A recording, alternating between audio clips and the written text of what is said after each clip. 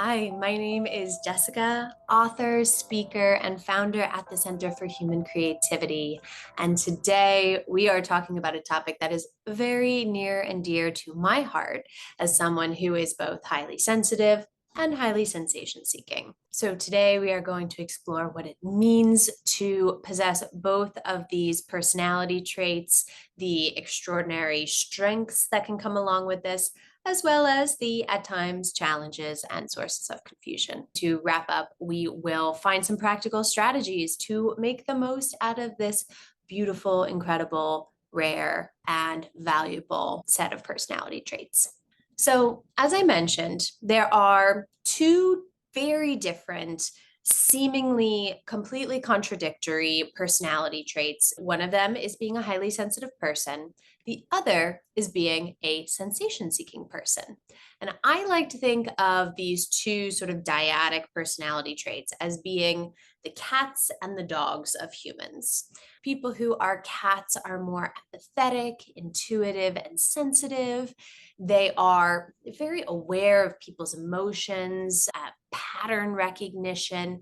They're excellent at connecting the dots. They have very strong gut feelings.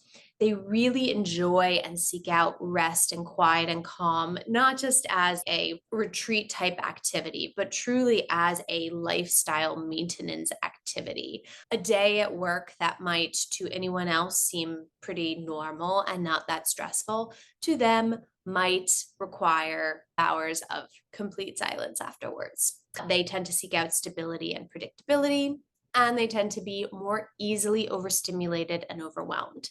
The dogs among us are much more excitable. They love risk and stimulation and intensity and thrill and newness, and they just love change and things that are fast paced, constantly seeking out increasing levels of thrill and risk, which can also mean they are often bored and distracted and a bit flaky. Now, this brings us to the really interesting part, which is that there's a percentage of us that actually possess both of these traits simultaneously. What that means is when we're looking at these traits on the left hand of the screen reflecting high sensitivity and on the right hand of the screen reflecting high sensation seeking, we can see how counter-oppositional they are. So we have calm versus chaos, predictability versus unpredictability, safety versus risk, right? So on the surface, these seem like characteristics that should not exist within the same person.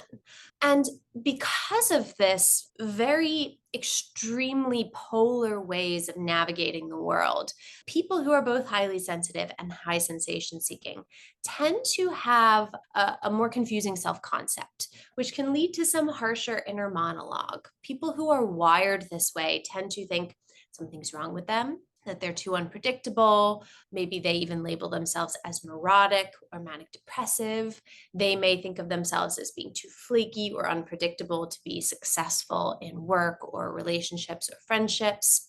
They may often wish they were this or that. Like, why can't I just be this way or that way rather than being both of these at the same time, because being both of these is confusing. And so this is a long way of saying when we are both highly sensitive and high sensation seeking, it can create a lot of disruption in our inner world that then leaks out into our outer world as, having confusion around our career or our work or our home or social life, which is where this fabulous woman enters the scene.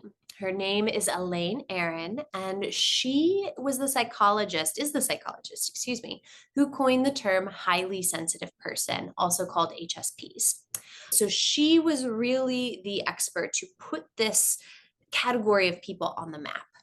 And she has found that between 15 and 20% of the population are highly sensitive, and that about half of highly sensitive people are also high sensation seekers.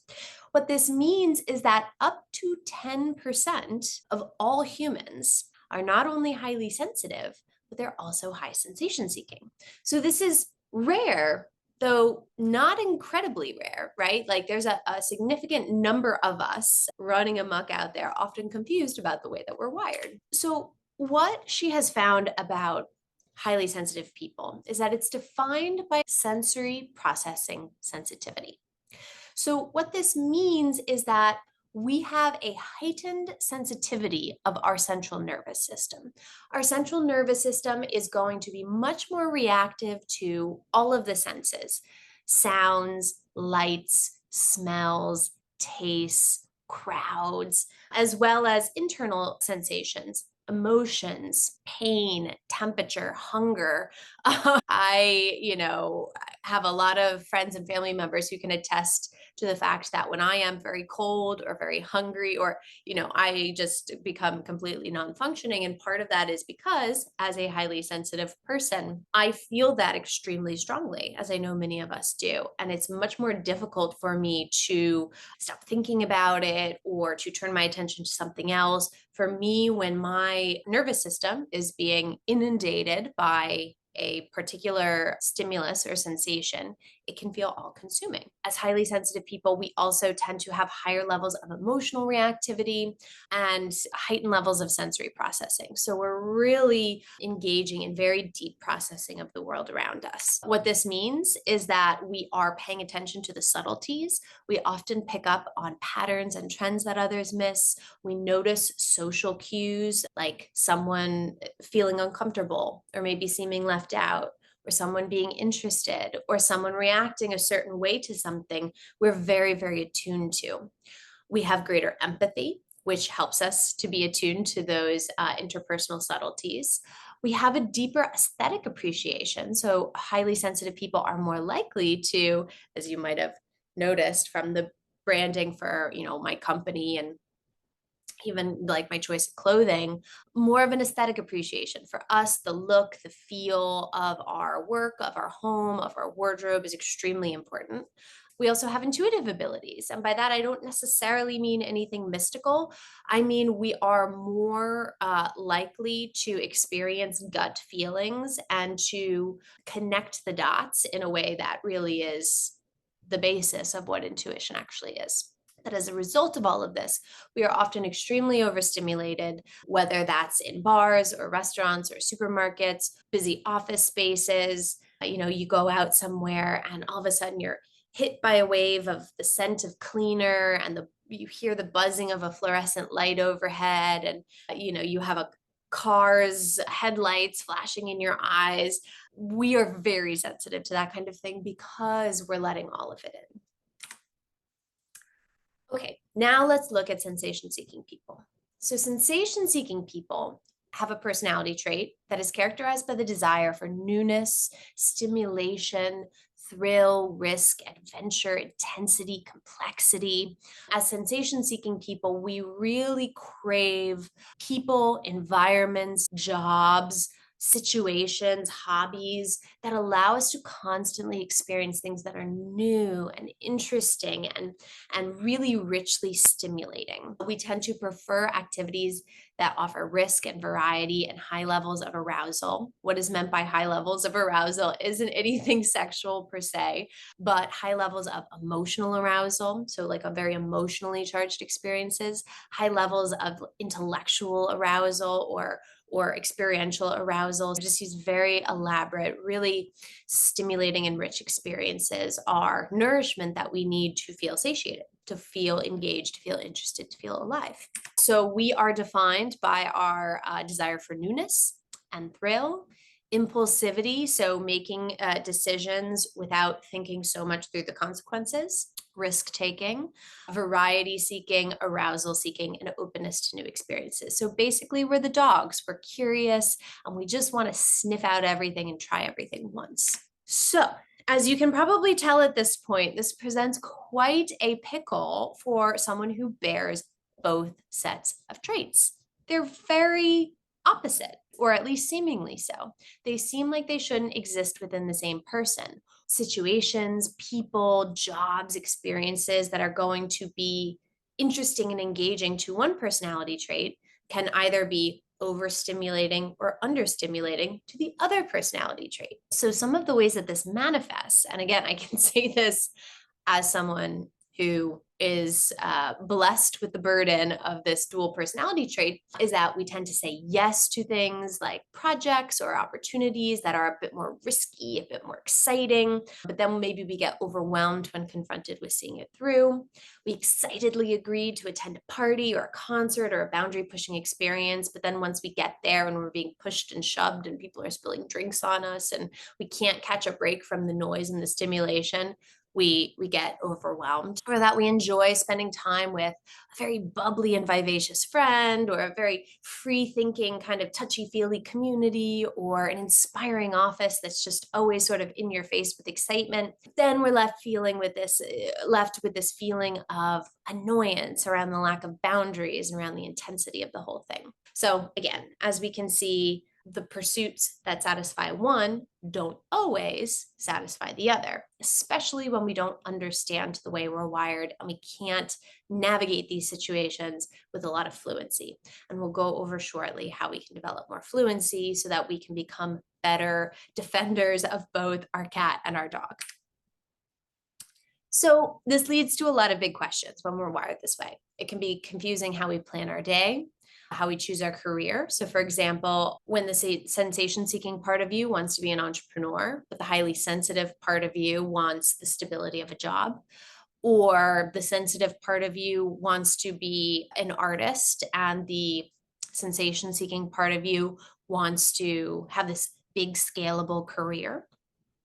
It can lead to questions around choosing your partner. For many of us, we struggle with the tension of, on one hand, wanting highly stimulating partners and friendships, on the other hand, wanting more mellow partners and friendships. It can be difficult to coordinate our social lives, our vacations, our free time, designing our workspaces, taking care of our needs. So again, when you're wired this way, there are a lot of questions that arise, very valid questions that are a result of having this very rarefied wiring. So the magic is when we find ways for our inner cat and our inner dog to harmoniously coexist. It is very, very possible. And when it does, it results in absolute creative and entrepreneurial potential. So for instance, when we are creators who are wired with both of these personality traits, we can achieve these truly amazing outcomes, like being a demanding yet empathetic leader, a sensitive artist with a thrust to scale their work, a visionary founder with a knack for connecting the dots, a perceptive academic who enjoys the thrill of visibility, or an intuitive and risk-tolerant investor. And as you can see, I just realized I have ears. That's cute. As you can see, if we were one way or another, we wouldn't have the strength. For example, if you were a demanding leader who lacked empathy, that wouldn't be ideal. Or if you were a passive leader who is very empathetic, that wouldn't be ideal.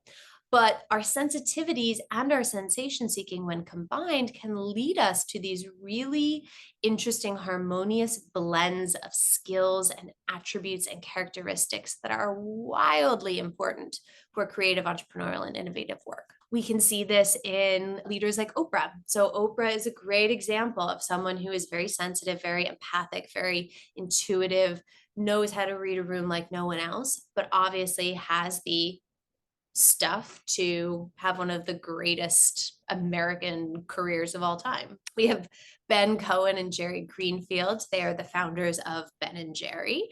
And both of them are known for being more sensitive, more mellow, more introverted, while also having this real desire and wherewithal to create a very meaningful enterprise that also has a social mission attached to it.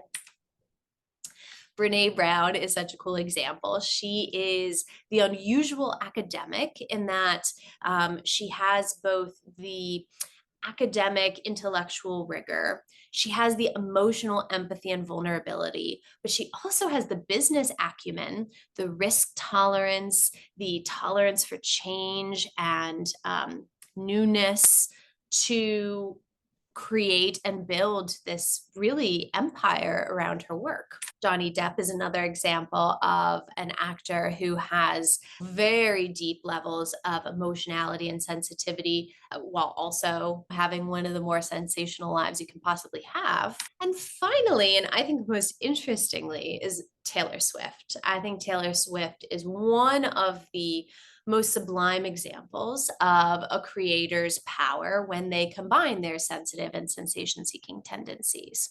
Because what she does, and I believe many other people like her do, is that she creates from her sensitivity. That's her source of inspiration. That's her, her life experiences, her diary entries, her dreams, her, symbolic thinking, her connecting the dots between her, whether it's her exes or her friends or her observations of the world, is her relying on her intuition and her perceptivity. So that's the inspiration, which she then plugs into her sensation seeking side. That's where she shares, that's where she executes, that's the momentum and the power and the courage to really literally get up on stage and do the thing. So in a way, the sensitivity is the bedrock of her creative work, whereas her sensation seeking is the momentum, it's the jet fuel, it's what allows her to ascend. And many of us know or maybe are artists or creators or entrepreneurs who kind of get stuck in one of these places. Many of us tend to get stuck in the sensitivity place. We have a lot of great ideas, we're inspired, we're very imaginative, but we don't then always have the conviction in our sensation seeking side to really take it to the next level. And that is something that Taylor Swift demonstrates really beautifully for us. So, what can us cat dog creators do to not only maintain our well being, but to really use these personality traits as our gift rather than something that feels like it's putting us behind or setting us back? So, first is self acceptance. Carl Jung, famous psychiatrist, says you cannot change anything until you accept it. You cannot transform anything until you accept it. So, know that your duality is your gift. And know that your life will require more nuance and flexibility than most. Instead of saying, oh, I wish I was a city person or a country person, or I wish I was someone who loved going out to the club or someone who just loved staying home, rather than being this kind of amorphous thing in between. Know that that's where your uniqueness comes from. That's your gift, your duality, your ability to play in both of those worlds is such a gift. Trying to be like others, feeling that pressure to conform to this or that, will perpetuate cycles of over arousal. So, in other words, the more we fight the way we're wired, the more over aroused and overstimulated we're going to be, which is not a way that we're going to get ahead in our lives and careers. And this has been a big one for me, moving away from a this or that mentality. I wish I was introverted or extroverted. I wish I was, calm or love chaos and adventure. And operating in more of a this and that. I can be this way and that way. I can have parts of me or moments in time when I'm introverted and moments in time when I'm extroverted. I can have moments when I'm calm and I can have moments when I'm crazy, and that there's space for all of that. From here, we can move into more of a self care mindset. So, how do we make sure that we're not offending our inner cat or our inner dog? One of the ways that we can do this is through mindful risk. By taking more calculated risks, more controlled risks, we can prevent our inner cat from becoming completely overstimulated and freaking out. Thrill with control. So let's say you're going on an adventure vacation. Yes, there are probably some people around you who don't need to know all the stops, or if there's going to be air conditioning or heating at each hotel or hostel. You might need to know that, and that's okay. You can still go on your adventure and know what you need to know about your environment, about your surroundings to feel safe. newness while maintaining routine. So if we are in phases of our life where everything feels new, everything's changing, things feel a little bit more out of control, that's a moment to really double down on the routine, on the ritual, on the practices that appease our inner cat so that while we're out exploring and experiencing the newness, we're able to come back to something that feels familiar. Boundaries, boundaries, boundaries. So important. I know that, when you're wired this way, it can feel even shameful at times to say, I want to make sure I'm home by 11, or I really don't want to go out with that person because I find that they're just too much. That's okay. Having it around your social life, around your professional life, these are all really important things in taking care of yourself, and needing to set more boundaries than others is not a weakness. Being able to set those boundaries is a strength. The most important and challenging thing is to have conviction around the boundaries. And then, of course, there's basic sort of do's and don'ts around being more highly sensitive. Know that you have to spend more time alone. You need to rest. You need to be careful with stimulants, whether it's caffeine or, more exciting things. Anything that's going to make your nervous system even more sensitive is going to make it more challenging to live harmoniously with your inner dog. And then finally, self expression. Creativity is so remarkable in that it is both an activity of the sensitive and the sensational. It allows us to feel simultaneously grounded and ethereal. It really brings purpose to our personality because it brings together all of our strengths, right? Think about the example of Taylor Swift. She is able, through her creative and entrepreneurial work, to maximize the gifts of her personality, bringing it purpose and really leaning into both the sensitivity and the sensation seeking. So, finding creative outlets that are flexible and evolving and adventurous, whether that's watercoloring or that's writing or that's dancing or that's cooking or whatever it is, creativity really is the thing that will constantly remind us of how powerful we are when we unite those opposites within us. So that is all for today. Thank you, thank you, thank you so much for listening. My name is Jessica. I am a coach, consultant, speaker. I offer workshops, trainings, keynotes. So please do reach out to me if you're interested. Follow along on social media. And of course, give us a like and subscribe here. Hope to see you soon.